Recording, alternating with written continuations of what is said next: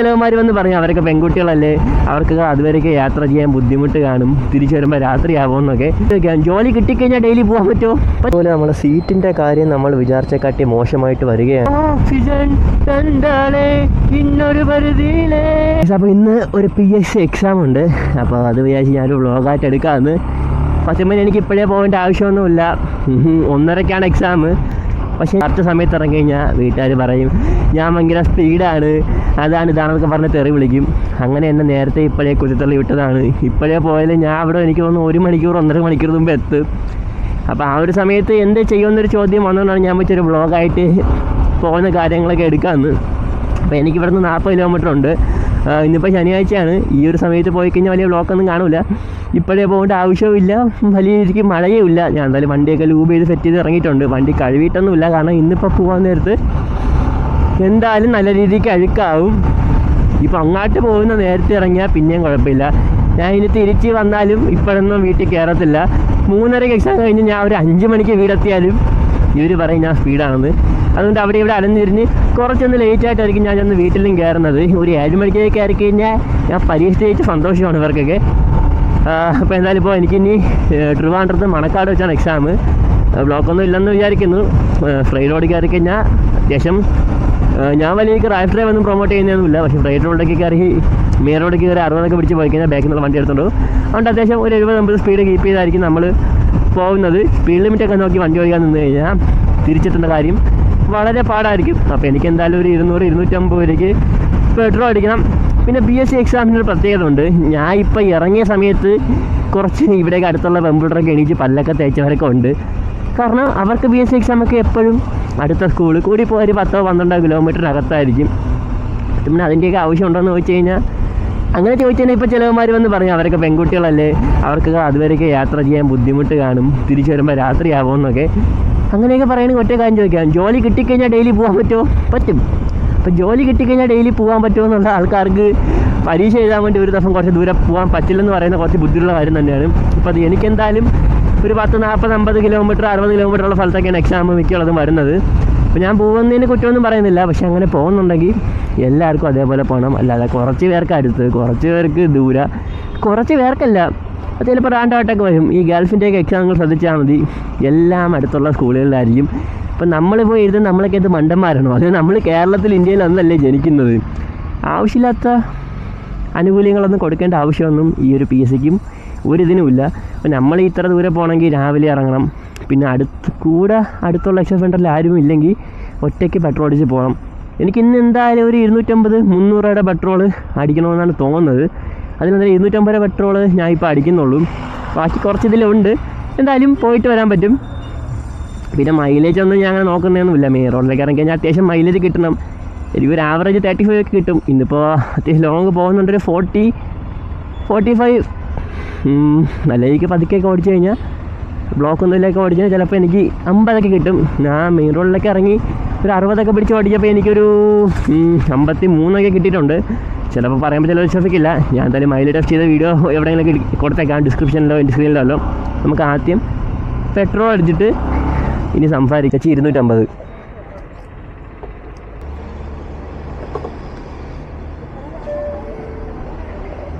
എന്താടാ മക്കളെ, പാസ്വേഡ് കാണിച്ചു തരണോ? എന്താ പറ്റി? പോട്ടാ? ആ കൊള്ളാം. ഇപ്പോൾ പൈസ പോയനെ. മൈലേജ് ടെസ്റ്റ് തന്നെയാണോ? അതെന്തരി?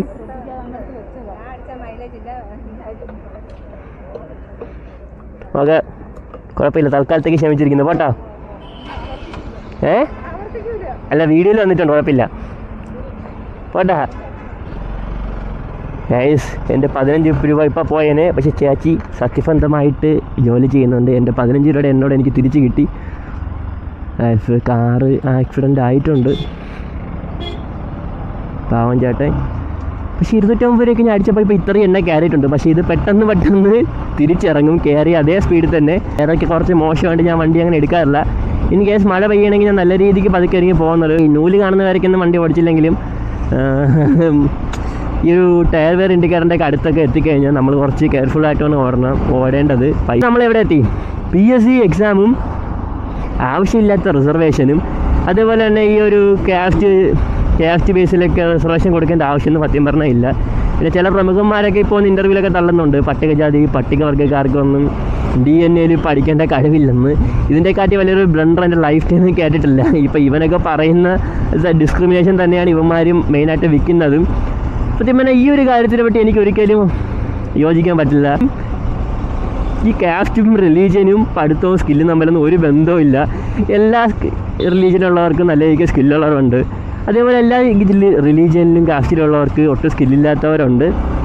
അപ്പോൾ അതൊക്കെ ഓരോരുത്തരിടുന്ന എഫർട്ടിനനുസരിച്ചിരിക്കും. ഇപ്പം ഞാൻ കുറച്ചുകൂടെ എഫർട്ട് ഇട്ട് കഴിഞ്ഞാൽ എനിക്ക് നല്ലോണം പഠിക്കാൻ പറ്റും. ഞാൻ കുറച്ചുകൂടെ എഫർട്ട് കുറച്ചിട്ട് കഴിഞ്ഞാൽ എൻ്റെ പഠിത്തം മാത്രം നന്നായിരിക്കില്ല, അതേ ഉള്ളൂ. അല്ലാതെ ഏവനെങ്കിലും 1-2 മാങ്ങയും പറിച്ച് ഇറന്നാൽ അത്യാവശ്യം പഠിക്കാനൊക്കെ പറ്റും. മാങ്ങയും പറിച്ച് ചുമ്മാ ക്ലാസ്സിൽ കയറാൻ നടക്കുന്നവന്മാർ പോലും ഇങ്ങനെയൊന്നും പറയില്ല. ഒട്ടും എഫർട്ട് ഇടാൻ നടന്നിട്ട് പ്രത്യേകിച്ച് ചില പട്ടികജാതി പട്ടികവർഗത്തിന് പഠിക്കേണ്ട സ്കില്ലില്ലെന്നൊക്കെ പറഞ്ഞു കഴിഞ്ഞാൽ ആരെങ്കിലും ഉൾക്കൊള്ളുമോ? ഇല്ല. പിന്നെ എല്ലാവർക്കും കാസ്റ്റ് ബേസ് ഇക്വാലിറ്റി വേണം, ജെൻഡർ ബേസ് ഇക്വാലിറ്റി വേണം. പക്ഷേ ഈ ആനുകൂല്യങ്ങളും റിസർവേഷനൊക്കെ വരുമ്പോഴത്തേക്ക് ഇവന്മാരൊന്നും മിണ്ടത്തേ ഇല്ല. അപ്പോൾ ഇങ്ങനെയുള്ള കാര്യങ്ങളിൽ മിണ്ടാതിരിക്കുന്ന അവന്മാർ ഇക്വാലിറ്റിയുടെ കാര്യം ചുമ്മാ ഇക്വാലിറ്റിയും പറഞ്ഞു തന്നിട്ടൊന്നും ഒരു കാര്യമില്ല. എനിക്ക് അത്യാവശ്യം റിസർവേഷനൊക്കെ ഉണ്ട്, ബട്ട് എൻ്റെ ഒരു ഇത് വെച്ചിട്ടും കൊടുക്കണമെങ്കിൽ എല്ലാവർക്കും ഒരേ രീതിക്ക് കൊടുക്കണം. അല്ല സ്കില്ലുള്ളവർ കയറിപ്പോണം. അല്ലാതെ ഇപ്പോൾ ഒരാൾക്ക് സ്കില്ലില്ലെന്ന് പറഞ്ഞു കഴിഞ്ഞാൽ അയാൾക്ക് റിസർവേഷൻ കൊടുത്ത് അയാൾക്ക് ജോലി വാങ്ങിച്ചു കൊടുത്തിട്ട് ആർക്കെന്ത് ഉപയോഗം? സ്കില്ലുള്ളവർ ജോലിക്ക് കയറിയിട്ടേ ഉപയോഗമുള്ളൂ. അപ്പോൾ എല്ലാവർക്കും ഒരേ രീതിക്കുള്ള സ്കില്ലാണുള്ളത്. എല്ലാവരും ഒരേ എക്സാമും തന്നെയാണ് അറ്റൻഡ് ചെയ്യുന്നത്. അപ്പോൾ അവിടെ പിന്നെ എക്സ്ട്രാ മാർക്ക് റിസർവേഷൻ്റെ കാര്യത്തിൽ കൊടുക്കേണ്ട ആവശ്യമില്ല. ഇപ്പോൾ റിസർവേഷൻ കൊടുക്കാം. ഇപ്പോൾ എക്സ് സർവീസ്മാൻ അതേപോലെ എന്തെങ്കിലും ജോലിയൊക്കെ ചെയ്തിട്ട് റിട്ടയർഡായി വന്നവർക്ക് റിസർവേഷൻ കൊടുക്കുന്നതിൽ പ്രത്യേകിച്ച് കുഴപ്പമൊന്നുമില്ല. കാരണം അവർ നമ്മുടെ രാജ്യത്തിന് വേണ്ടി അത്രയും മാത്രം അധ്വാനിച്ചിട്ടുണ്ട്. റിലീജിയൻ ബേസൊക്കെ റിസർവേഷൻ കൊടുക്കുന്നത് അത്ര നല്ല കാര്യമല്ല. ഈ ഒരു ഇക്വാലിറ്റിയൊക്കെ പ്രൊമോട്ട് ചെയ്യേണ്ട PSC ഒക്കെ തന്നെ ഇതേപോലത്തെ പരിപാടികൾ ചെയ്തു കഴിഞ്ഞാൽ നമ്മുടെ നാടൊക്കെ എങ്ങനെ ഉണ്ടാവും? എല്ലാവരും ഇക്വാലിറ്റി കാസ്റ്റ് പറയാൻ പാടില്ലെന്നൊക്കെ പറയുന്നുണ്ട്. ഇവിടെയൊക്കെ തന്നെയാണ് ഏറ്റവും കൂടുതൽ കാസ്റ്റ് പറയുന്നത്. ഇതാണ് ഞാൻ പണ്ട് പഠിച്ച സ്കൂള്. അപ്പോൾ ഞാൻ പറയുന്ന കുറച്ച് ബോറൊക്കെ ആയിട്ട് തോന്നും. ആൻഡ് ബൈ ദ ബൈ എനിക്ക് ഈ കറക്റ്റ് സ്കൂളൊന്നും അറിയില്ല. ഞാൻ ഫോണൊന്നും എടുത്ത് വെക്കാത്ത കാര്യം നിങ്ങൾക്ക് തന്നെ അറിയാം. എൻ്റെ ഐഫോണുണ്ട്, അല്ലാത്ത 2-3 ഫോണൊക്കെ ഉണ്ട്. അപ്പോൾ എൻ്റെ ഈ ഒരു IQ Neo 6 എടുത്ത് അതിൽ വെച്ച് കഴിഞ്ഞാൽ അതിൻ്റെ ക്യാമറ അടിച്ച് പോയി കഴിഞ്ഞാൽ നമ്മൾ പിന്നെ അടുത്ത ഫോൺ എടുത്ത് വീഡിയോ ഒക്കെ ഷൂട്ട് ചെയ്യേണ്ടി വരും. അതുകൊണ്ട് മാത്രമാണ് അതിലെടുത്ത് വെക്കാത്തത്. ഞാനിപ്പോൾ എന്തായാലും എൻ്റെ ഹെൽമെറ്റിൽ ഇൻ്റർകോം വെച്ചിട്ടുണ്ട്. ഫോണിൽ മാപ്പ് ഇപ്പോഴും ഇടേണ്ട ആവശ്യമൊന്നുമില്ല. കഴക്കൂട്ടത്തെല്ലാം ചെന്നിട്ട് കഴക്കൂട്ടത്തിൽ ചെല്ലുണ്ട്, അത് കഴിഞ്ഞിട്ട് കിട്ടാൻ ഞാൻ കഴക്കൂട്ടത്തിൽ ചെല്ലുമ്പോൾ മാപ്പ് ഓണാക്കി ഇട്ട് കഴിഞ്ഞാൽ വഴി കറച്ച് ഇതിൽ പറഞ്ഞു തരും. നോക്കി എങ്കിൽ സ്ഥലത്തോട്ട് പോയാൽ മതി. അപ്പോൾ ഇനി എന്തായാലും അവിടെ എനിക്ക് എത്ര മണിക്ക് എന്തായാലും പരീക്ഷയ്ക്ക് 1 മണിക്കൂർ മുമ്പ് എത്തും. അവിടെ ഇരുന്ന് കുറച്ച് നേരം. പിന്നെ ഞാൻ ഒരുപാടൊന്നും പ്രിപ്പയർ ഒന്നും ചെയ്തിട്ടില്ല. കാരണം ഇതെൻ്റെ 2-മത്തെയോ 3-മത്തെയോ PSC എക്സാമാണ്. എൻ്റെ നേക്കിലോട്ടൊക്കെ വരുന്നതേ ഉള്ളൂ. അപ്പോൾ ഇനി കുറച്ചുകൂടെയൊക്കെ സീരിയസ് ആയിട്ട് കണ്ട് പഠിക്കേണ്ട സമയം വന്നിരിക്കുന്നു. ഇതിനിപ്പോൾ എനിക്ക് കുറച്ച് ടൈമും കുറവായതുകൊണ്ട് വലിയ പ്രതീക്ഷയൊന്നുമില്ല. എന്തായാലും പോയി അറ്റൻഡ് ചെയ്ത് നമുക്ക് കുറച്ചുകൂടെ ക്വസ്റ്റ്യൻസ് ഫെമിലിയർ ആവാൻ പറ്റും. ഞാൻ പറയുമ്പോൾ ഇത് പലവരും എങ്ങനെ എടുക്കുമെന്നൊന്നും എനിക്കറിയാൻ വയ്യ. ചിലവർ ഇതിനെ വളർത്തിച്ച് പല രീതിക്ക് കാണുമായിരിക്കും. എല്ലാവരും ഒരേപോലെ പറഞ്ഞ് മനസ്സിലാക്കേണ്ട സ്കില്ലൊന്നും ഇവിടെ ആർക്കുമില്ല. വിചാരിച്ചാലും നമ്മളൊരു 12-10 ആയപ്പോഴത്തേക്ക് സ്ഥലത്തെത്തിയിട്ടുണ്ട്. ഞാൻ അപ്പോഴേ വീട്ടിൽ പറഞ്ഞതാണ് ഇപ്പോഴൊന്നും ഇറങ്ങണ്ടെന്ന്. ചുമ്മാ എന്നെ പറഞ്ഞു വിട്ടു. ഇനിയിപ്പോൾ 1:30 ആയിരിക്കും. ഇവിടെ കട്ട പോസ്റ്റാണ്. അറിയാവുന്ന ആരും ഇവിടെ ഇല്ല. ഒന്ന് തപ്പണം. അറിയാവുന്ന ആരെങ്കിലും ഉണ്ടെങ്കിൽ വെച്ചിട്ട് പോസ്റ്റ് കാണില്ല. അപ്പോൾ ഇനി പരീക്ഷയ്ക്ക് കഴിഞ്ഞിട്ട് കാണാം. ഗൈസ്, അപ്പോൾ ഇവിടുത്തെ പരിപാടിയൊക്കെ കഴിഞ്ഞിട്ടുണ്ട്. പിന്നെ സ്കൂളിൽ ഭയങ്കര തിരക്കായിട്ട് ഇപ്പോഴാണ് ഇറങ്ങിയത്. നമ്മൾ നൈസിന് ചലിക്കുകയാണ്. ഇപ്പോൾ PSC കഴിഞ്ഞവരൊക്കെ കൊണ്ട് തന്നെ റോട്ടിലൊക്കെ നല്ല രീതിക്ക് തിരക്കുണ്ട്. എനിവേ നമുക്ക് പോവാം. എക്സാമിൻ്റെ കാര്യമൊന്നും പറയണ്ട. എനിക്കൊരു 10, 25, 30 അറിയാമായിരുന്നു. ഇതിപ്പോൾ ഒന്നും പഠിക്കാതെ പോയിരുന്ന അവനും അത്ര ക്വസ്റ്റ്യൻസ് അറിയാമായിരിക്കും. ഗൈസ്, എനിക്ക് വഴി കറക്റ്റ് അറിയാൻ വയ്യ. മാപ്പ് ചെറുതായിട്ട് നോക്കിയിട്ട് പോവാം. നമ്മളെ സീറ്റിൻ്റെ കാര്യം ഏകദേശം തീരുമാനമായിട്ടുണ്ട്. അപ്പോൾ പോണ വഴിക്ക് അതൊന്നും അടിക്കണം. പക്ഷേ ഇത് ഭയങ്കര ഡേഞ്ചർ പരിപാടിയാണ്. ഞാൻ അത് അടുത്തൊരു വീഡിയോയിൽ പറഞ്ഞുതരാം. നമുക്ക് കുറച്ച് ദൂരം ചെന്ന് ലെഫ്റ്റ് എടുത്ത് റൈറ്റ് എടുത്ത് എങ്ങോട്ടൊക്കെ പോകണം. ഞാൻ പിന്നെ ഇൻ്റർകോം കണക്ട് ചെയ്തിട്ടുണ്ട്, വലിയ കുഴപ്പമില്ല. അപ്പോൾ എക്സാമിൻ്റെ കാര്യമൊക്കെ ഇത്രയേ ഉള്ളൂ. പിന്നെ എനിക്ക് അറിയാവുന്ന മാത്രം എഴുതി കഴിഞ്ഞാൽ പാസ്സാവില്ലെന്ന് എനിക്ക് അറിയാവുന്നുണ്ട് തന്നെ. ഞാൻ ഒരു 10, 55, 60 എഴുതിയിട്ടുണ്ട്. പക്ഷേ അതും പാസ്സാവാൻ തോന്നുന്നില്ല. ഒരു 80 അടിച്ചിരുന്നെങ്കിൽ കറക്കി കുട്ടിയാലും പാസ്സാവേണ്ട ചാൻസസ് ചെറുതായിട്ട് ഞാൻ കാണുന്നുണ്ടായിരുന്നു. പക്ഷെ അങ്ങനെ കുറേ നേരത്തെ ബ്ലോക്കിനൊക്കെ ശേഷം നമ്മൾ നല്ല റോഡിലൂടെ എത്തിയിട്ടുണ്ട്. ആൻഡ് ഈ ഒരു PSC പരീക്ഷയ്ക്ക് പോയിട്ട് വരുമ്പോൾ സ്ഥിരമുള്ളൊരു പരിപാടിയായിരുന്നു ഒരു മന്തി കഴിക്കാൻ കയറൽ. ബട്ട് സീറ്റിൻ്റെ ഒരു അവസ്ഥ കൊണ്ട് ചിലതൊക്കെ ഞാൻ ഒഴിവാക്കുകയാണ് മനഃപൂർവ്വം. നമ്മുടെ ദിമോസ് ഇവിടെ ഒരു 10-20 കിലോമീറ്റർ അപ്പുറത്താണ്. PSC വന്നേക്കുന്നത്. അവൻ വിളിച്ചായിരുന്നു തിരിച്ച് നമ്മൾ കഴിക്കാമെന്ന്. അപ്പം ഞാൻ പറഞ്ഞില്ലേ ചിലതൊക്കെ നമ്മൾ മനഃപൂർവ്വം ഒഴിവാക്കേണ്ടതാണെന്ന്. ഞാൻ ഇടയ്ക്ക് റീൽ കണ്ടായിരുന്നു. നമ്മൾ ഹെഡ്ഫോണൊക്കെ വെച്ചിട്ട് പാട്ട് പാടിയതിന് ശേഷം നമ്മൾ അതൊന്ന് നമ്മൾ വിചാരം നമ്മൾ നല്ല രീതിക്ക് പാട്ട് പാടുന്നതായിരിക്കും. പിന്നെ എല്ലായിടത്തും കേട്ട് വെക്കുമ്പോഴത്തേക്കും നമുക്ക് പോലും പിടിക്കില്ലെന്ന്. അപ്പോൾ അതെന്തായാലും ടെസ്റ്റ് ചെയ്യാമെന്ന് വിചാരിച്ചു. ഈ റെക്കോർഡിൽ കൂടി ഞാൻ എന്തായാലും യൂട്യൂബ് വീഡിയോ ആഡ് ചെയ്തേക്കാം. നിങ്ങളെന്നെ കേട്ടിട്ട് പറയും.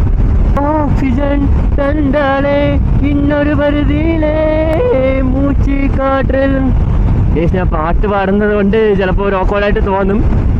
ഇത് ഞാൻ ഇതിൻ്റെ അത് ഹെൽമെറ്റ് പാട്ടിട്ടൊക്കെയാണ്. ഇതപ്പോൾ ഈ ഒരു PSCയുടെ വ്ളോഗ് ഇതോടുകൂടി ഞാൻ ഇവിടെ അവസാനിപ്പിക്കുകയാണ്. അയ്യോ, ഈ അമ്മൂമ്മയൊക്കെ ഹൈവേയുടെ ഫ്രണ്ടിൽ നിന്നാണല്ലോ ഇങ്ങനെ എടുത്ത് ചാടുന്നത്. ഞാനിപ്പോൾ ഒരു 10, 100, 120 വന്നിരുന്നെങ്കിൽ അവരെ പിടിച്ച് പടവാക്കിയാണ്. നമ്മളൊരു 5 മണിയോടെ വീടെത്തിയിട്ടുണ്ട്. പിന്നെ സീറ്റൊന്നും അടിക്കാൻ പറ്റിയില്ല. നാളെ ഇപ്പോൾ ഞായറാഴ്ച, തിങ്കളാഴ്ച അടിച്ചിട്ട് അതിൻ്റെ ഇവിടെ അപ്ലോഡ് ചെയ്യുന്നതായിരിക്കും. അപ്പോൾ അടുത്തായിട്ട് നിങ്ങൾ കാണാൻ പോകുന്ന വ്ളോഗ് എൻ്റെ വണ്ടിയുടെ സീറ്റ് ഞാൻ മാറ്റി അടിക്കുന്നതായിരിക്കും. അപ്പോൾ ഈ ഒരു സെയിം മെറ്റീരിയൽ തപ്പി പിടിച്ചായിരിക്കും നമ്മൾ അടിക്കുന്നത്. സബ്സ്ക്രൈബ് ചെയ്യാതെ വീഡിയോ അടിക്കുന്നത്, അത് കാണണമെങ്കിൽ സബ്സ്ക്രൈബ് ചെയ്ത് വയ്ക്കുക.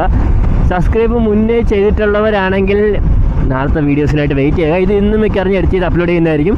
അപ്പോൾ പുതിയൊരു വീഡിയോ കാണുന്നത്. Bye bye.